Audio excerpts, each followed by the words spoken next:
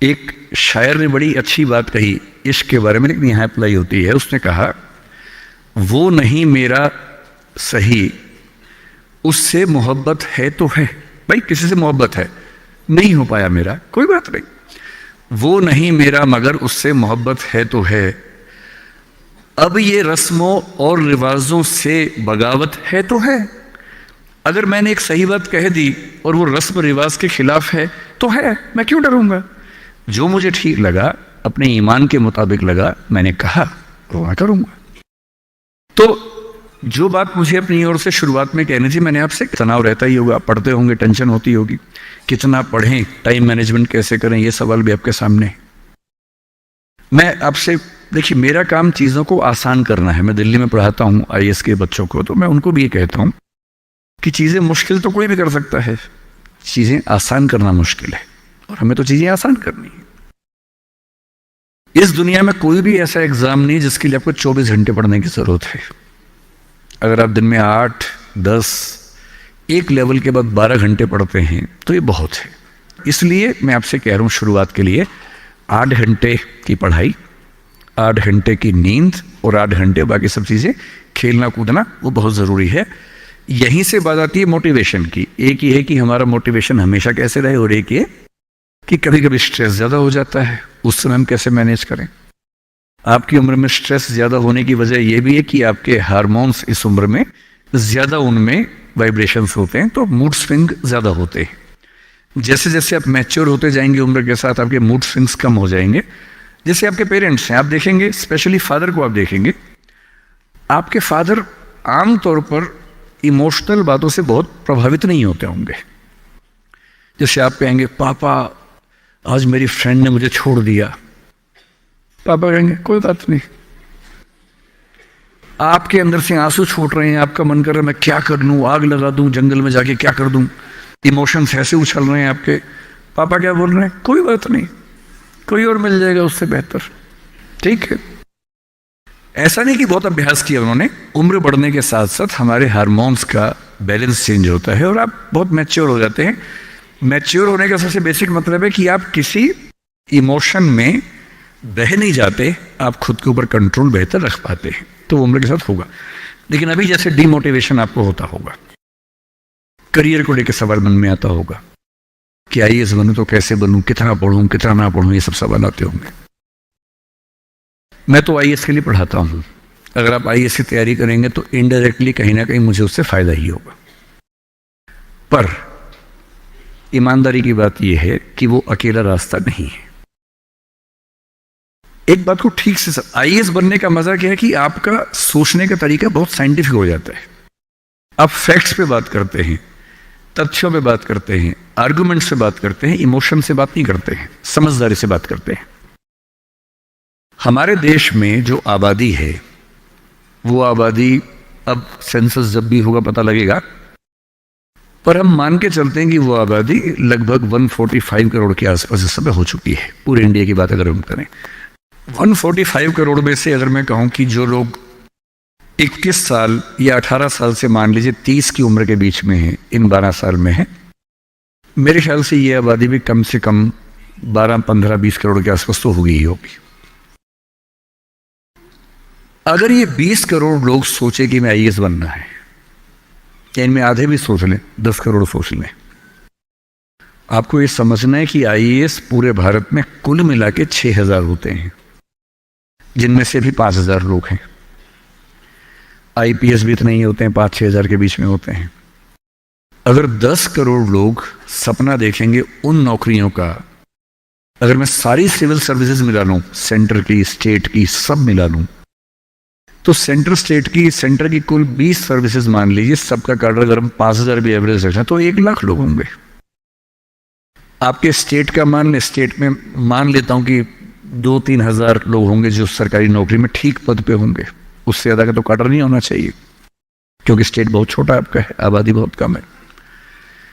तो जो नौकरियां कुल मिला के 10-12 हजार हैं, अगर देश का हर युवा सोचे कि मुझे उसी में आना है, तो इसका मतलब है कि हम एक ऐसे रास्ते पे जा रहे हैं जिसमें डिप्रेशन होने की संभावना बहुत ज़्यादा है, एंग्जाइटी होने की संभावना बहुत ज़्यादा है, बहुत लोगों को हारना भी पड़ेगा, बहुत लोगों को हासिल नहीं हो पाएगा वो सब। तो मैं जो आपसे कहना चाह रहा हूं, सरकारी नौकरी ठीक है, कोशिश करने में बुराई नहीं है, सरकारी नौकरी में कुछ चीजें अच्छी होती हैं, पर अपने मन से ये बात निकाल दीजिए कि मुझे केवल और केवल सरकारी नौकरी में ही जाना है। दुनिया में तमाम रास्ते हैं और मैं कुछ रास्ते आपको हिंट करता हूं इस चीज का। जैसे मैं खुद एक एग्जांपल हूं, मैं सरकारी नौकरी में रहा, मैं दिल्ली यूनिवर्सिटी में लेक्चरर था, पहले असिस्टेंट प्रोफेसर था, 2 कॉलेजेस में पढ़ाया मैंने वहां। फिर आईएएस का एग्जाम दिया, सिलेक्ट हो गया, उसमें 6-7 महीने वहां नौकरी की, फिर वो भी छोड़ा। अब मैं अपना काम करता हूं, सेल्फ एम्प्लॉयड हूं। और मैं ईमानदारी से आपसे कह रहा हूं, आप जब भी कोई फैसला करेंगे अपने बारे में, कभी ना कभी आपको फील होगा, बेशक 1 सेकंड के लिए, कि आपने गलत किया। कोई भी फैसला हो, आप स्पाउस सिलेक्शन करेंगे अपने लिए, कितना भी सोच के कर लें, जीवन में कभी ना कभी लगेगा गलती हुई, अक्सर लगेगा ठीक किया, कभी कभी लगेगा गलत किया। और ऐसा नहीं कि आपने एक्स के बदले वाई किया होता तो नहीं लगता, तो भी लगता है। दिक्कत ये नहीं है कि मैं एक्स को चुनूं या वाई को चुनूं, आप जिसको भी चुनेंगे पूरा पैकेज साथ में आता है, अच्छी चीजें भी खराब चीजें भी। जो अच्छा आएगा उस पर आपका ध्यान नहीं जाएगा, क्योंकि वो तो फॉर ग्रांटेड है। जो मिल जाता है वो मिट्टी हो जाता है, कोई वैल्यू नहीं करता उसको। जो मिस हो जाता है वो चुभता है। और जो चीज दूसरे ऑप्शन में अच्छी थी, इसमें नहीं, आप बार बार वो देखते, अरे यार वो ठीक था, अरे यार वो ठीक था। जबकि वहां 12 प्रॉब्लम्स थी, यहां 2 प्रॉब्लम है। पर हमारी ह्यूमन कॉन्शियसनेस ऐसी है कि जो छूट गया उस पर नजर ज्यादा जाती है, जो मिल गया मिट्टी हो जाता है। एक बड़ा प्रसिद्ध शेर मैं कई बार कोट करता हूं, मतलब दुनिया जिसे कहते हैं जादू का खिलौना है, मिल गया वो मिट्टी है, नहीं मिला वो सोना है। जो नहीं मिलता है ना, वो बड़ा परेशान करता है। ये नौकरी के मामले में भी है। पर मैं ईमानदारी से कह रहा हूं कि मुझे आज तक जिस एक फैसले पर 1 सेकंड के लिए भी नहीं लगा कि मैंने गलत किया, वो नौकरी छोड़ने का फैसला है। मुझे आज तक नहीं लगा कि मैंने गलती की, क्योंकि मुझे लगता मैंने एकदम ठीक किया।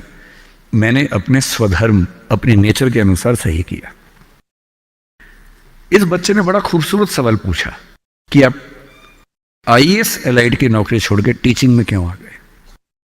मैं इस सवाल में दूसरा सवाल जोड़ देता हूं। हमारे सामने प्रेम सिंह जी बैठे, मुख्यमंत्री जी बैठे, वो टीचिंग की नौकरी छोड़ के पॉलिटिक्स में क्यों आ गए। 2 एग्जाम्पल्स हैं आपके सामने। इन दोनों में एक तारतम्य है, एक रिदम है, एक लय है दोनों में। वो टीचर बने, उनको फील हुआ कि उनका स्वधर्म टीचिंग से ज्यादा कुछ और है। मैं आईएएस एलाइड में आया, मुझे लगा कि मेरा स्वधर्म इससे ज्यादा टीचिंग में है। स्वधर्म क्या होता है? आपने गीता पुस्तक का जिक्र सुना होगा, उसमें श्री कृष्ण ने स्वधर्म का जिक्र किया है। यहां बहुत सारे बच्चे बौद्ध समाज से होंगे, महात्मा बुद्ध ने भी इस बात पर खूब जोर दिया है। सारे धर्मों, सारे दर्शनों का जो सार है वो ये है, हर व्यक्ति हर काम के लिए फिट नहीं होता है। 2 चीजों पे गौर करना है। पहला, मैं क्या अच्छा कर सकता हूं, मैं कैपेबल किस चीज के लिए हूं। दूसरा, मुझे क्या करने में मजा आता है। और जहां इन दोनों का इक्विलिब्रियम हो, जहां ये दोनों बातें मिल जाएं, वो आपका स्वधर्म है। यानी जैसे मैं सिंगर बनना चाहता था, पर मैं इतना गंदा गाता हूं कि मैं जब घर में गाता था, मेरे पेरेंट्स बोलते तो मैं भारतीय सेना में चले जाना चाहिए, बिना बंदूक के विदेशी की तरफ देख के गा देना, बस वैसे ही मर जाएंगे सारे के सारे। सही बात है भाई, ये भी ठीक बात है। तो मेरा मन था कि मैं सिंगर बनूं, पर गला कौवे जैसा भगवान ने दिया, कोयल जैसा नहीं दिया, तो मैं सिंगर नहीं बनूंगा। मेरे मन से क्या होता है, अच्छा लगने से क्या होता है भाई, सुने भी तो कोई मेरी बात को, मेरे गाने को सुने भी तो सही कोई।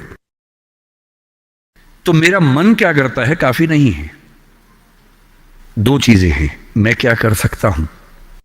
मैं बचपन से स्कूल में डिबेटिंग करता था, मेरे पेरेंट्स ने मुझे बड़ा सपोर्ट किया, और बचपन से ही मेरे पेरेंट्स ने, टीचर्स ने कहा कि तुम कुछ ऐसा करना कि मंच पर रह सको, पॉलिटिक्स में जाओ, एमपी बनो। तब मेरा मन भी पॉलिटिक्स में आने का था, स्कूल लाइफ में बहुत ज्यादा मन था उस समय, बाद में नहीं रहा। तुम पॉलिटिक्स में जाओ, तुम वकील बनो, क्योंकि जब कोर्ट केस लड़ोगे तुम्हें बोलने की ताकत भगवान ने दी है, उसका इस्तेमाल करो। या टीचर बनो। टीचर की छवि हमारे समाज में बहुत अच्छी नहीं होती थी, हालांकि मेरे पेरेंट्स टीचर ही हैं दोनों, पर हमारे समाज में टीचर की छवि होती है। और हमारे देश का दुर्भाग्य है कि जो प्रोफेशन देश को गढ़ता है उसकी छवि बहुत अच्छी नहीं है। टीचर बनना बहुत लोगों का सपना नहीं है, मेरा तो है। और मेरा स्वधर्म, मैंने महसूस कर लिया कि मेरा स्वधर्म टीचिंग है। और स्वधर्म का मतलब वही दो बातें जो मैं कर सकता हूं और जो मैं करना चाहता भी हूं।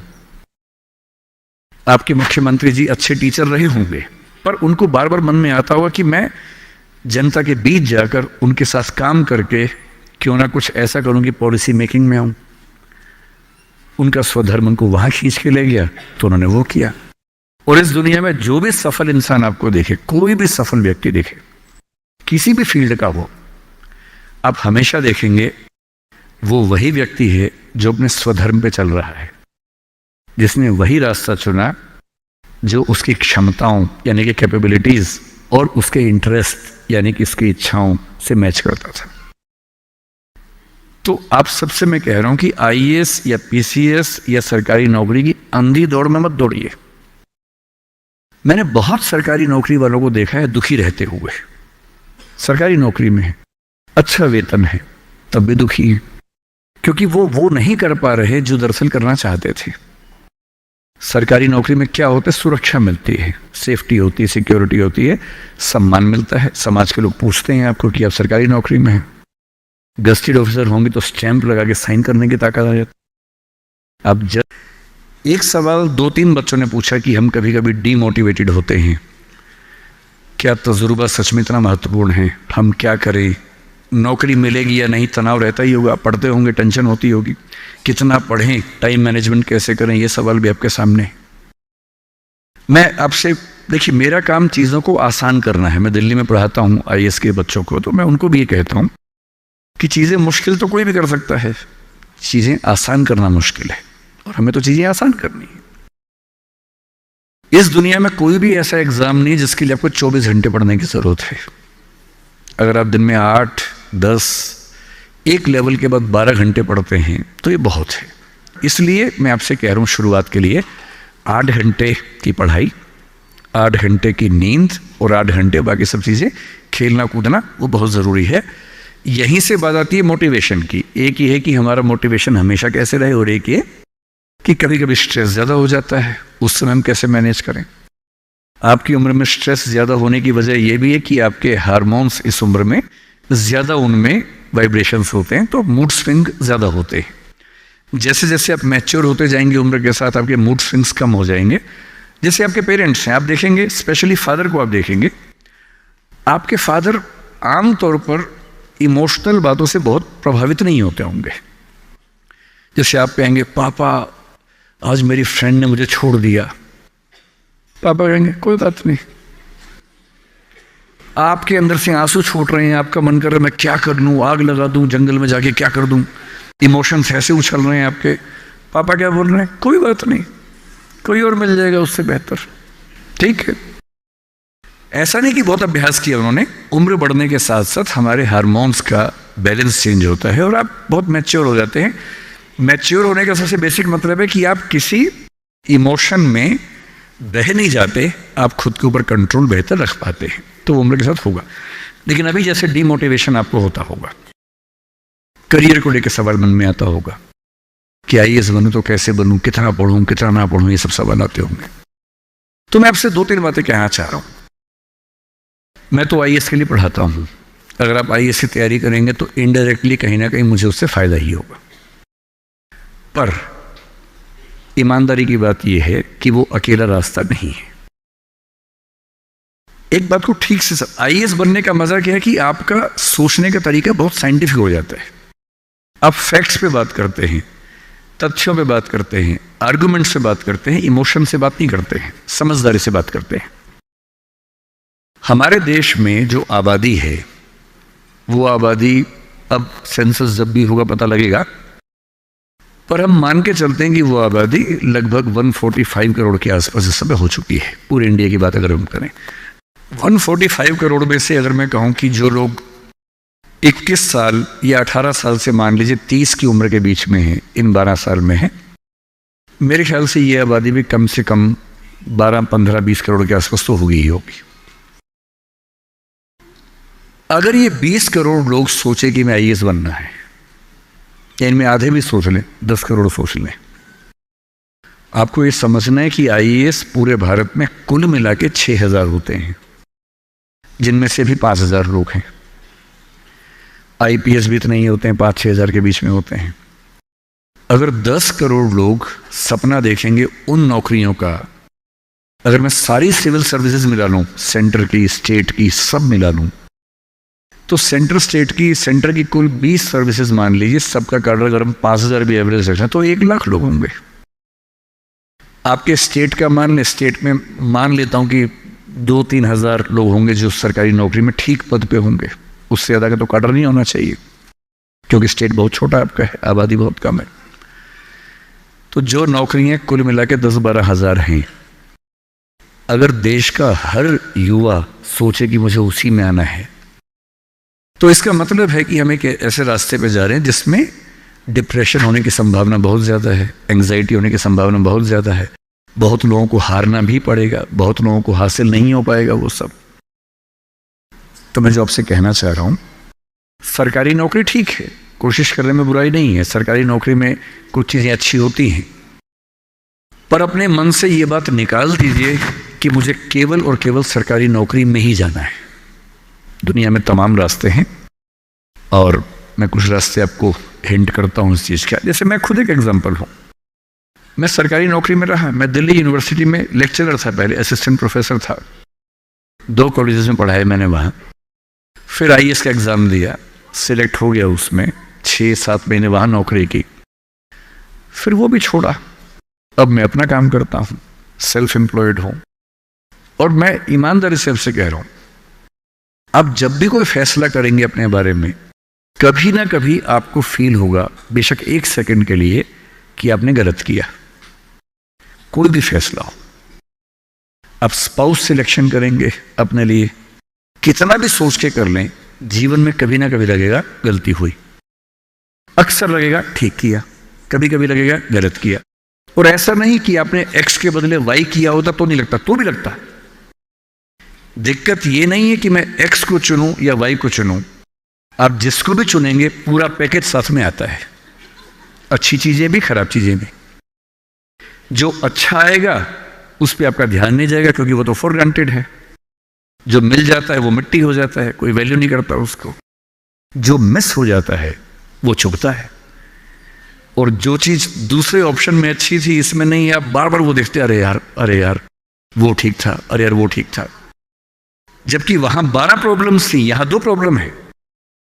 पर हमारी ह्यूमन कॉन्शियसनेस ऐसी है कि जो छूट गया उस पर नजर ज्यादा जाती है, जो मिल गया मिट्टी हो जाता है। एक बड़ा प्रसिद्ध शेर मैं कई बार कोट करता हूं, मतलब दुनिया जिसे कहते हैं जादू का खिलौना है, मिल गया वो मिट्टी है, नहीं मिला वो सोना है।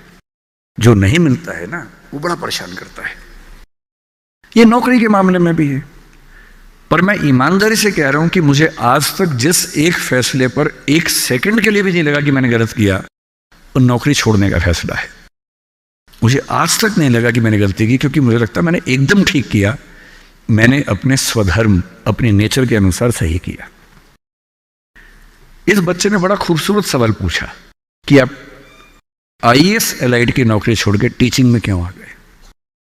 मैं इस सवाल में दूसरा सवाल जोड़ देता हूं। हमारे सामने प्रेम सिंह जी बैठे हैं, मुख्यमंत्री जी बैठे हैं, वो टीचिंग की नौकरी छोड़ के पॉलिटिक्स में क्यों आ गए। 2 एग्जाम्पल्स हैं आपके सामने। इन दोनों में एक तारतम्य है, एक रिदम है, एक लय है दोनों में। वो टीचर बने, उनको फील हुआ कि उनका स्वधर्म टीचिंग से ज्यादा कुछ और है। मैं आईएएस एलाइड में आया, मुझे लगा कि मेरा स्वधर्म इससे ज्यादा टीचिंग में है। स्वधर्म क्या होता है? आपने गीता पुस्तक का जिक्र सुना होगा, उसमें श्री कृष्ण ने स्वधर्म का जिक्र किया है। यहाँ बहुत सारे बच्चे बौद्ध समाज से होंगे, महात्मा बुद्ध ने भी इस बात पर खूब जोर दिया है। सारे धर्मों, सारे दर्शनों का जो सार है वो ये है, हर व्यक्ति हर काम के लिए फिट नहीं होता है। दो चीजों पे गौर करना है। पहला, मैं क्या अच्छा कर सकता हूं, मैं कैपेबल किस चीज के लिए हूं। दूसरा, मुझे क्या करने में मजा आता है। और जहां इन दोनों का इक्विलिब्रियम हो, जहां ये दोनों बातें मिल जाएं, वो आपका स्वधर्म है। यानी जैसे मैं सिंगर बनना चाहता था, पर मैं इतना गंदा गाता हूं कि मैं जब घर में गाता था मेरे पेरेंट्स बोलते तो मैं भारतीय सेना में चले जाना चाहिए, बिना बंदूक के विदेशी की तरह देख के गा देना, बस वैसे ही मर जाएंगे सारे के सारे। मैंने सही बात है भाई, ये भी ठीक बात है। तो मेरा मन था कि मैं सिंगर बनूं, पर गला कौवे जैसा भगवान ने दिया, कोयल जैसा नहीं दिया, तो मैं सिंगर नहीं बनूंगा। मेरे मन से क्या होता है, अच्छा लगने से क्या होता है भाई, सुने भी तो कोई मेरी बात को, मेरे गाने को सुने भी तो सही कोई। तो मेरा मन क्या करता है काफी नहीं है। दो चीजें हैं, मैं क्या कर सकता हूं। मैं बचपन से स्कूल में डिबेटिंग करता था, मेरे पेरेंट्स ने मुझे बड़ा सपोर्ट किया, और बचपन से ही मेरे पेरेंट्स ने, टीचर्स ने कहा कि तुम कुछ ऐसा करना कि मंच पर रह सको, पॉलिटिक्स में जाओ, एमपी बनो। तब मेरा मन भी पॉलिटिक्स में आने का था, स्कूल लाइफ में बहुत ज़्यादा मन था उस समय, बाद में नहीं रहा। तुम पॉलिटिक्स में जाओ, तुम वकील बनो, क्योंकि जब कोर्ट केस लड़ोगे तुम्हें बोलने की ताकत भगवान ने दी है, उसका इस्तेमाल करो। या टीचर बनो। टीचर की छवि हमारे समाज में बहुत अच्छी नहीं होती थी, हालांकि मेरे पेरेंट्स टीचर ही हैं दोनों, पर हमारे समाज में टीचर की छवि होती है। और हमारे देश का दुर्भाग्य है कि जो प्रोफेशन देश को गढ़ता है उसकी छवि बहुत अच्छी नहीं है। टीचर बनना बहुत लोगों का सपना नहीं है, मेरा तो है। और मेरा स्वधर्म, मैंने महसूस कर लिया कि मेरा स्वधर्म टीचिंग है। और स्वधर्म का मतलब वही दो बातें जो मैं कर सकता हूं और जो मैं करना चाहता भी हूं। आपके मुख्यमंत्री जी अच्छे टीचर रहे होंगे, पर उनको बार बार मन में आता होगा कि मैं जनता के बीच जाकर उनके साथ काम करके क्यों ना कुछ ऐसा करूं कि पॉलिसी मेकिंग में आऊं। उनका स्वधर्म उनको वहां खींच के ले गया, तो उन्होंने वो किया। और इस दुनिया में जो भी सफल इंसान आपको देखे, कोई भी सफल व्यक्ति देखे, किसी भी फील्ड का हो, आप हमेशा देखेंगे वो वही व्यक्ति है जो अपने स्वधर्म पे चल रहा है, जिसने वही रास्ता चुना जो उसकी क्षमताओं यानी कि कैपेबिलिटीज और उसके इंटरेस्ट यानी कि उसकी इच्छाओं से मैच करता था। तो आप सबसे मैं कह रहा हूं कि आईएएस या पीसीएस या सरकारी नौकरी की अंधी दौड़ में मत दौड़िए। मैंने बहुत सरकारी नौकरी वालों को देखा है दुखी रहते हुए। सरकारी नौकरी में है, अच्छा वेतन है, तब भी दुखी है, क्योंकि वो नहीं कर पा रहे जो दरअसल करना चाहते थे। सरकारी नौकरी में क्या होता है, सुरक्षा मिलती है, सेफ्टी होती है, सिक्योरिटी होती है, सम्मान मिलता है, समाज के लोग पूछते हैं आपको कि आप सरकारी नौकरी में हैं। गस्टेड ऑफिसर होंगे तो स्टैंप लगा के साइन करने की ताकत आ जाती है। आप जज हैं तो आपकी बात में वजन होता है। आप आईएएस आईपीएस है तो आप पूरा राज्य या देश चला रहे हैं, तो ताकत तो है, अच्छा है, सुरक्षा बहुत ज्यादा है। सबसे पहले ध्यान से सोचिए कि आप अपने जीवन से चाहते क्या हैं। मैंने जब नौकरी की तो मैंने फील किया कि इस नौकरी से मेरी जो मूल ज़रूरतें हैं वो पूरी हो नहीं पा रही। क्या ज़रूरतें हैं? मुझे अच्छा लगता है कि मैं खूब पढ़ूं और मंच पे खूब बोलूं। वहां कहा कि अब मंच पे जा ही नहीं सकते, कोड ऑफ कंडक्ट। मन कर रहे यार, जिस चीज़ के लिए पैदा हुआ वही नहीं कर पाऊंगा मैं तो। फिर दिन भर फाइलों में काम करना है। अब फाइलों में काम करना अच्छा लगता है कई लोगों को, मुझे नहीं अच्छा लगता, मेरा नहीं है ऐसी रुचि है, तो मैं क्या करूं। मेरा मन करता था कि मैं खूब पढ़ूं, गहरी चीज़ें पढ़ूं। वहां तो वही पढ़ना है जो सरकार के हिसाब से चीज़ें आती हैं, उसमें कोई बहुत क्रिएटिव स्कोप नहीं होता है। तो मैं कुछ महीनों में समझ गया कि ये मेरे बस की बात नहीं है। और मैं आपसे एक लिटमस टेस्ट कहता हूं, अपने पेरेंट्स से अकेले में बात करना। देखिए मैं बहुत ज़्यादा बोलता हूँ, जब आपको लगे ज़्यादा हो गया आप इशारा कर देना, मैं चुप हो जाऊँगा वहाँ पर, है ना। मैं भूल जाता हूँ कि मैं कितने घंटे बोल चुका हूँ तो आप हिंट कर दीजिएगा। आज घर जाके अपने पेरेंट्स से बात करना और एक बात पूछना उनसे, अकेले में बात करना, सबके सामने नहीं। स्पेशली अगर आपके पापा किसी नौकरी में हैं या मम्मी नौकरी में, जो भी नौकरी में उनसे पूछना, उनसे कहना कि पापा आप नौकरी में खुश हो, ये बोल के चुप हो जाना। ये मम्मी आप नौकरी करती हो सरकार में या प्राइवेट जहां भी करती हो, ईमानदारी से बताओ, मेरे सिर पे हाथ रख के बताओ कि आप खुश हो। तो पहले वो 2-4 मिनट गोल मटोल बात करेंगे। हाँ बेटा क्या कह सकते हैं बेटा, हाँ ठीक ही है बेटा, सब बढ़िया चल रहा है बेटा, ऐसी ऐसी बात करेंगे। आप 2 मिनट के बाद फिर उनका हाथ पकड़ के अपने सिर पे रख देना। अब बोलना आपको मेरी कसम में झूठ बोला तो मर जाऊंगी, मर जाऊंगा। झूठ मत बोलना, सच्ची बताओ आप खुश हो। 2-4-5 मिनट के बाद उनके आंसू निकल जाएंगे या आवाज भर आ जाएगी उनकी। और मैं गारंटी दे रहा हूं आपको, 10 में से 9 पेरेंट्स कहेंगे बेटा खुश तो नहीं है पर क्या करें, क्या करें, तुम्हारा करियर बनाना है, तुम्हारी जिंदगी ठीक रहे, नौकरी छोड़ भी तो नहीं सकते, शायद बाद में जो पीएफ है उसके पैसे मिलेंगे, तुम्हें कॉलेज में पढ़ाना होगा, फीस इकट्ठी करनी होगी, घर बना के देना है, तुम्हारी शादी होगी, कैसे करूँगा, कैसे करूँगी। अब उनसे पूछना कि अगर आप 20 साल पीछे जा सको अपने इतिहास में, टाइम मशीन में आपको बिठा दिए, 20 साल पीछे ले गए और आपको 2 ऑप्शंस मिले, एक यही नौकरी करने का, एक कुछ और करने का, और ये एज्यूम करते हैं कि फाइनेंशियल सिक्योरिटी उतनी ही आपके पास रहेगी जितनी नौकरी में थी, एज्यूम कर लेते हैं। आप क्या करना चाहेंगे? गारंटी से बता रहा हूं, मजाक नहीं कर रहा हूं, गारंटी दे रहा हूं कि 10 में से कम 7 या 8 कहेंगे मैं वो रास्ता चुनना चाहूंगा, ये नहीं चुनना चाहूंगा। इसलिए सिर्फ सिक्योरिटी जिंदगी में काम नहीं आती है, जिंदगी में बहुत कुछ काम आता है।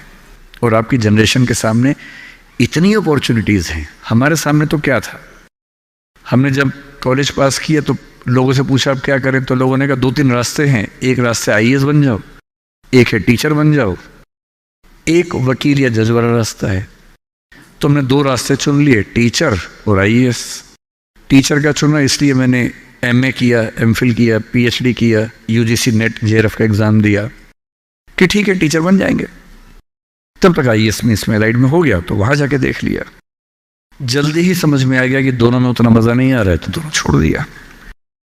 लेकिन उस समय छोड़ दिया, अगर 2-4 साल कर लेता तो आज तक वही कर रहा होता, क्योंकि वो जो सुरक्षा है ना दलदल जैसी होती है, एक बार दलदल में घुस गए बाहर निकलना बड़ा मुश्किल है। लेकिन आपकी जनरेशन का सोचिए, जब मैं अपने आसपास देखता हूं, मेरे बहुत सारे दोस्त सोशल मीडिया पे काफ़ी सक्सेसफुल हैं, फिल्म इंडस्ट्री में हैं, उनमें से एक ने मुझसे पूछा कि सर मैंने 30 साल नौकरी की है और मैं अपनी फील्ड में लगभग टॉप पे हूं।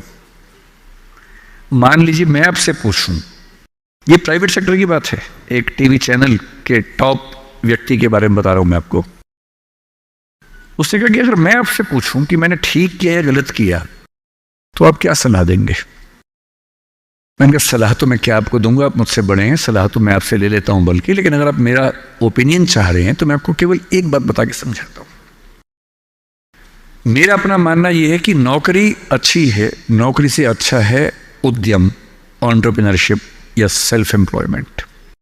ये बात मैंने कई मंचों पे कही है। कुछ दिन पहले मैं दिल्ली का एक बहुत प्रतिष्ठित कॉलेज है, Shriram college of commerce SRCC, वहां मैं गया था। वहां मैंने बड़ा खुल के कहा कि स्टार्टअप करना नौकरी करने से बेहतर क्यों है, एक आर्गुमेंट दिया। वहां एक आर्गुमेंट छूट गया था, आज मैं आपको वो आर्गुमेंट बताता हूं। जब हम नौकरी करते हैं, मैंने उसी व्यक्ति को कहा कि जैसे आपने नौकरी की है, 30 साल हो गए, आपके पास 3-4 साल बचे होंगे। उसने कहा सर 3 साल बचे हैं, फिर मैं रिटायर हो जाऊंगा। मैंने कहा आपने जिंदगी भर में मेरे ख्याल से आपकी महीने की सैलरी आजकल शायद 1.5-2-2.5 लाख रुपए होगी। आपने जिंदगी में ठीक ठाक पैसा कमाया होगा, पर जितना भी कमाया होगा लगभग उतना खर्च भी हो गया होगा, क्योंकि खर्चे भी तो बढ़ते हैं ना परिवार के समय के साथ, बच्चे हैं, करियर है। बोले हाँ सर कुछ बचता नहीं है, बस ये है कि काम चल जाता है। मैंने कहा अब 4 साल में रिटायर होंगे, आपने एक घर जरूर खरीद लिया होगा नोएडा वोएडा में। बोले हाँ सर नोएडा में। नोएडा दिल्ली के पड़ोस में है जहाँ कई लोग रहते हैं। दिल्ली में नौकरी करके घर खरीदना बड़ा मुश्किल काम है। तो दिल्ली में जो लोग नौकरी करते हैं, दिल्ली के आसपास घर खरीदते हैं। नोएडा एक जगह है, इंदिरापुरम एक जगह है, गुड़गांव एक जगह है, वहाँ आमतौर पर घर खरीदते हैं जो दिल्ली से सस्ता मिल जाता है और अच्छा घर मिल जाता है। मैंने कहा रिटायर हो जाएंगे, रिटायरमेंट के बाद कितने पैसे आपके पास होंगे, जिंदगी भर की बचत। बोले सर मैंने कुछ स्कीम्स में पैसा लगा रखा है, लेकिन मेरे पास 10-15 लाख रुपए कैश होगा, और जो स्कीम्स मैंने इन्वेस्ट किया हुआ है, मैंने सही टाइम पे इन्वेस्ट कर दिया था, तो मुझे महीने का 50-60-70 हज़ार रुपये वहाँ से आता रहेगा, जिससे मेरे खर्चे निकलते रहेंगे, मेरी फैमिली सेफ रहेगी, मेरे हस्बैंड वाइफ हम सेफ रहेंगे। मैंने कहा बढ़िया है। मैंने कहा सिनेरियो नंबर 2 सोच के देखिए ज़रा। फिर मैंने ये भी पूछा आपके बच्चे करते क्या हैं? तो उन्होंने कहा कि सर मेरा एक बच्चा तो सॉफ्टवेयर की दुनिया में है, एक बच्चा मेरा मीडिया में ही, जर्नलिज्म में ही काम करना चाहता है, वो अभी पढ़ रहा है, जल्दी ही नौकरी शुरू कर देगा। मैंने कहा जब वो नौकरी शुरू करेगा उसकी सैलरी क्या होगी? बोले सर शुरुआत तो 30-35 हज़ार से होनी चाहिए, धीरे धीरे फिर परफॉर्मेंस के हिसाब से सैलरी बढ़ जाएगी उसकी। मैंने कहा चलिए अब चैनल चेंज कर लेते हैं। मान लीजिए कि आपने 30 साल पहले नौकरी की जगह अपना उद्यम शुरू किया होता। लेट अस एज्यूम, मैं जानता हूं कि अपना उद्यम करने में खतरा ज्यादा होता है, बहुत ज्यादा होता है। 1000 में एक उद्यम बेहद सफल होता है, जिसको आप देखते हैं अखबारों में, स्टार्टअप, और वो क्या बोलते हैं, यूनिकॉर्न। यूनिकॉर्न का मतलब एक सींग वाला घोड़ा, ऐसा घोड़ा जिसका एक सींग हो। एक माइथोलॉजी है यूरोप की, उसमें यूनिकॉर्न का जिक्र आता है। वो तो 1000 में एक होता है यूनिकॉर्न। बाकी लेकिन ये है कि आप रीजनेबल सक्सेस तो आप ला सकते हैं थोड़ी सी मेहनत करके। धीरे धीरे लोग आपको जानने लगते हैं, एक ब्रांडिंग बनने लगती है, और 3 साल का मानते हैं कि ब्रेक इवन का एक जस्टिशन पीरियड है, कि 3 साल अगर आपने ठीक से काम कर लिया। एक ये फॉर्मूला आप भी समझ लें, दुनिया में कोई भी काम हो, कितना भी मुश्किल हो, अगर आपने 3 साल उस पर ठीक से खर्च कर दिए तो मान के चलिए कि उसमें आपको सक्सेस मिलनी तय हो जाएगी। 3 साल का गोल्डन रूल है। तो मैंने उस व्यक्ति से कहा कि अगर आपने 3 साल स्ट्रगल कर ली होती, अपना काम शुरू किया होता, लेट अस एज्यूम, और सफल हो जाते,